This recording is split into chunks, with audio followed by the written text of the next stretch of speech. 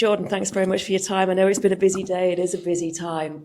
Sunderland, huge for you. Just take us back to those times and what life was like back then, 8 years ago.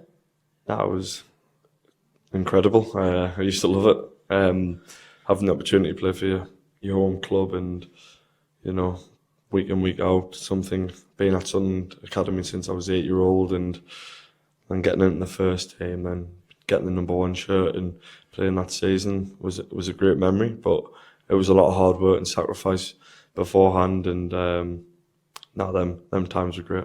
I know you look back and you think you left there uncapped, come to Everton, but in a way it's gone full circle because you're going back as England's number 1, aren't you?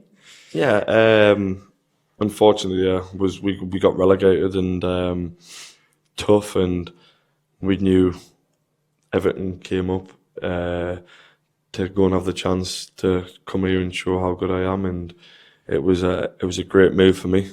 We also knew the 2018 World Cup was around the corner, and it was the opportunity to become England's number 1. And Everton, put me on that platform. I had to perform week in, week out, and which I was doing at Everton. But it given me my dream goal.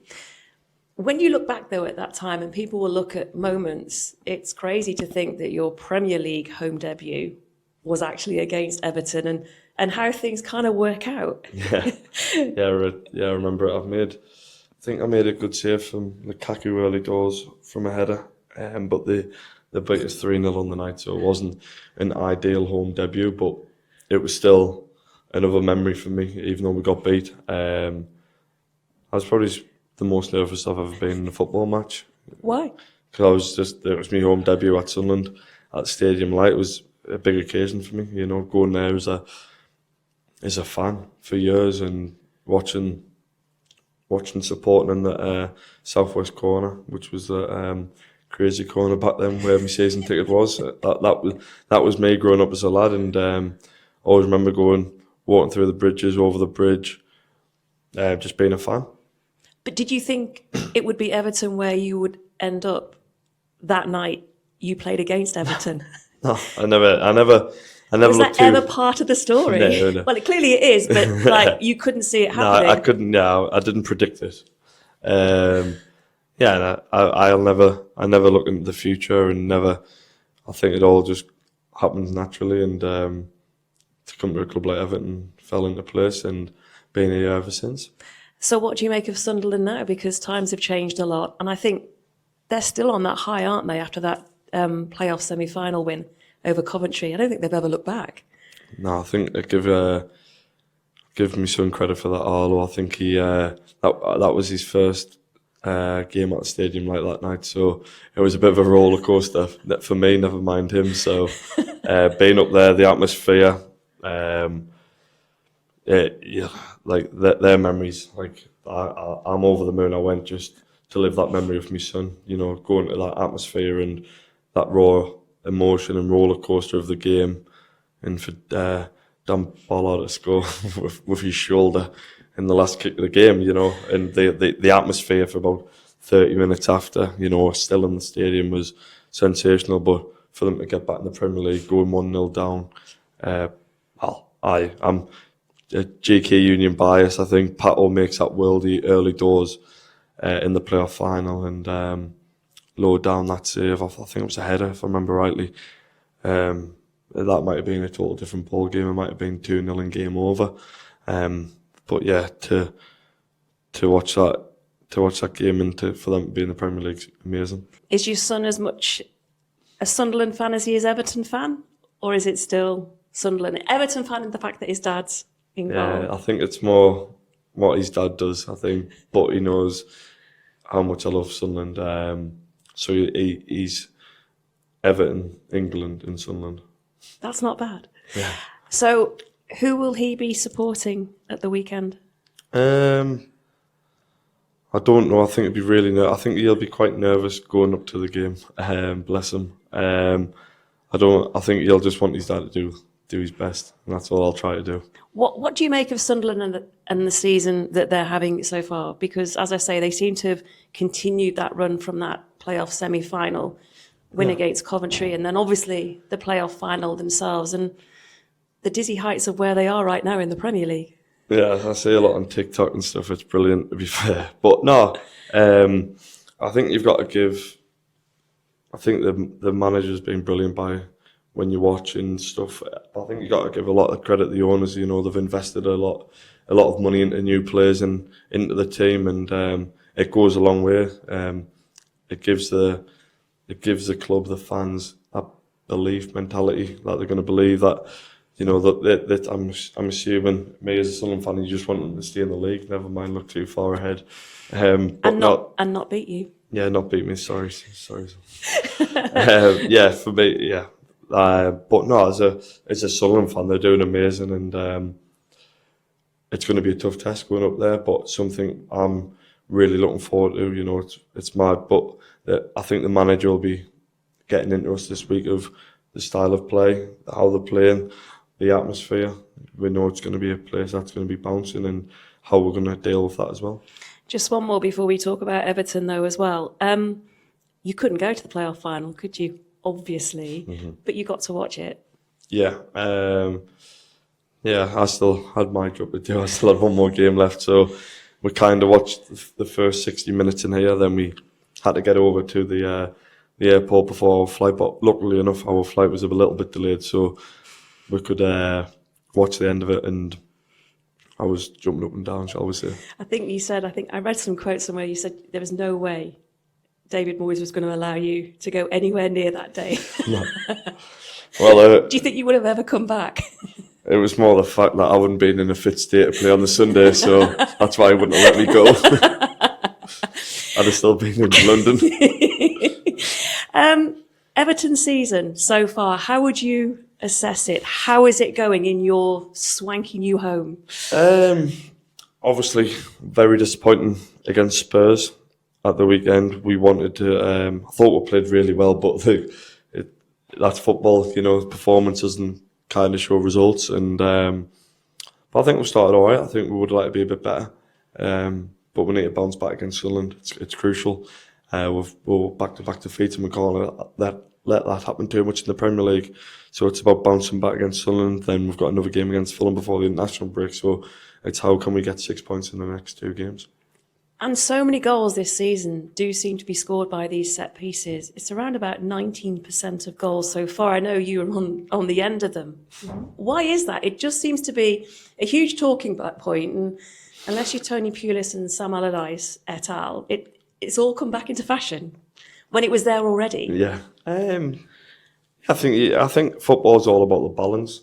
I think it's about game management. It's the times to do stuff. It's can you play out from the back, or are you going to have to crunch it up? But it's all time in the game. You know, if you're winning 1-0 away from home, you're going to try and take your time, get the pitch, win a throw in. So set pieces, they've always been in the game. It's just people are reinventing it again.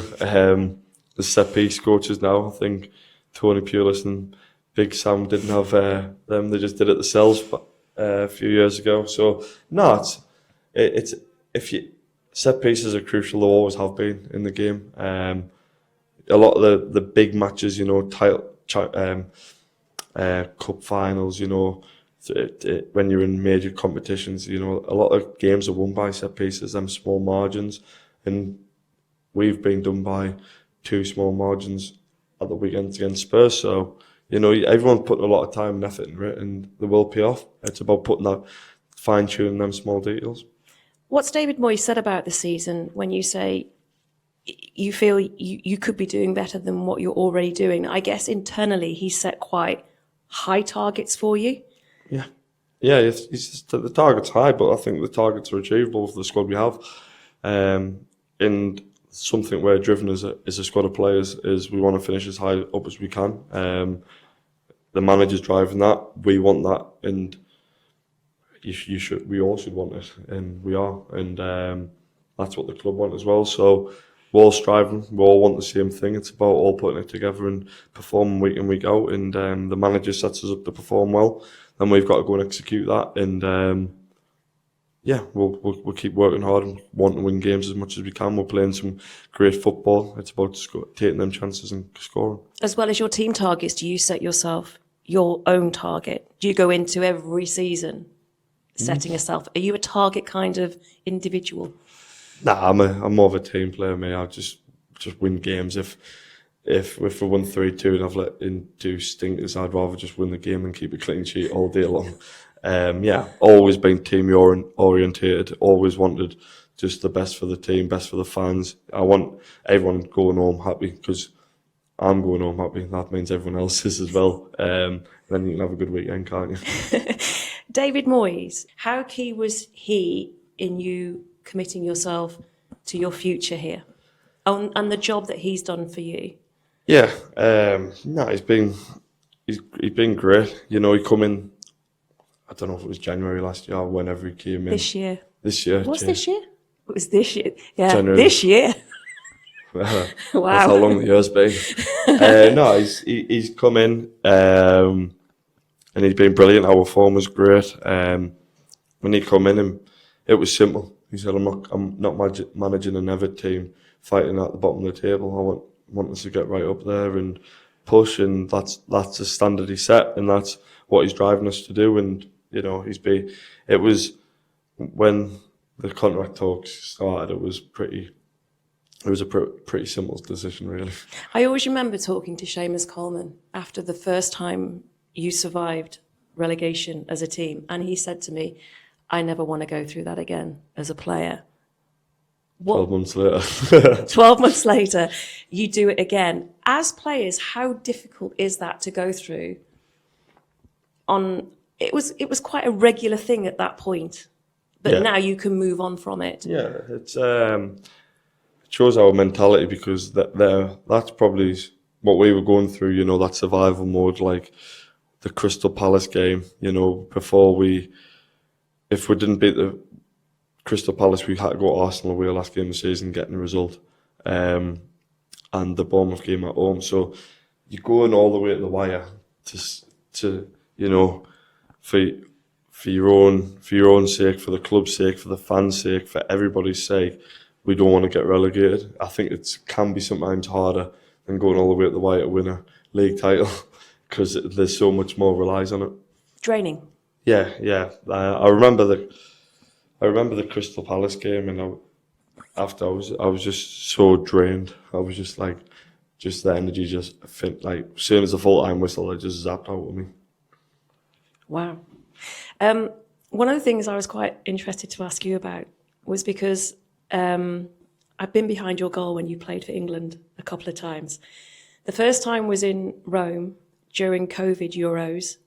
You were playing Ukraine, won. And the second time was in Qatar against France. And we all know what happened there. But to watch you in your zone, in your moment for those matches, can you take us into that? Because it's incredible to be that close to you and see what you're like. You're like a completely different person. Yeah, just as soon as I would say go over that white line, really. I just go into that zone of that mentality, and just, it's a lot of it's focus, and that keeps me zoned into the game for 90 plus minutes. And I don't think that's that. I've always been like that as a young kid, and I don't think I'll ever change. And you either love it or hate it, really. When you see yourself, do you recognise yourself?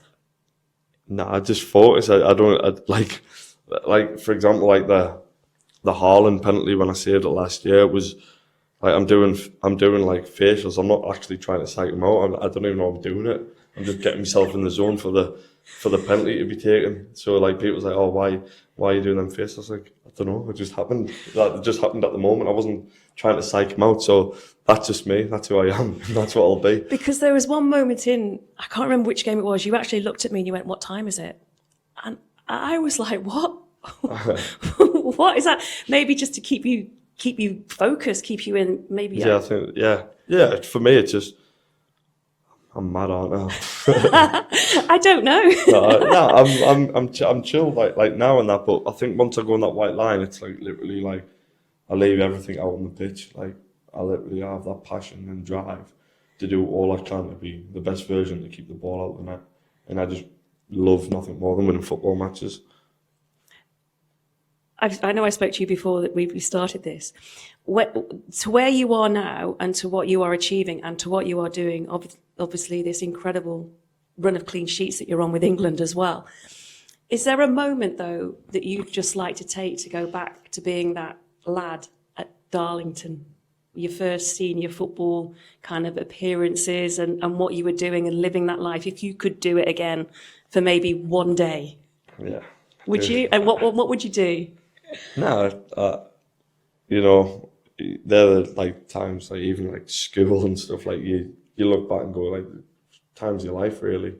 So no, there were great moments going on loan, playing my first senior men's football game at Dalton at the stadium where my brother played his first senior men's football game as well. So stuff like that is good memories. And Jumping in the car.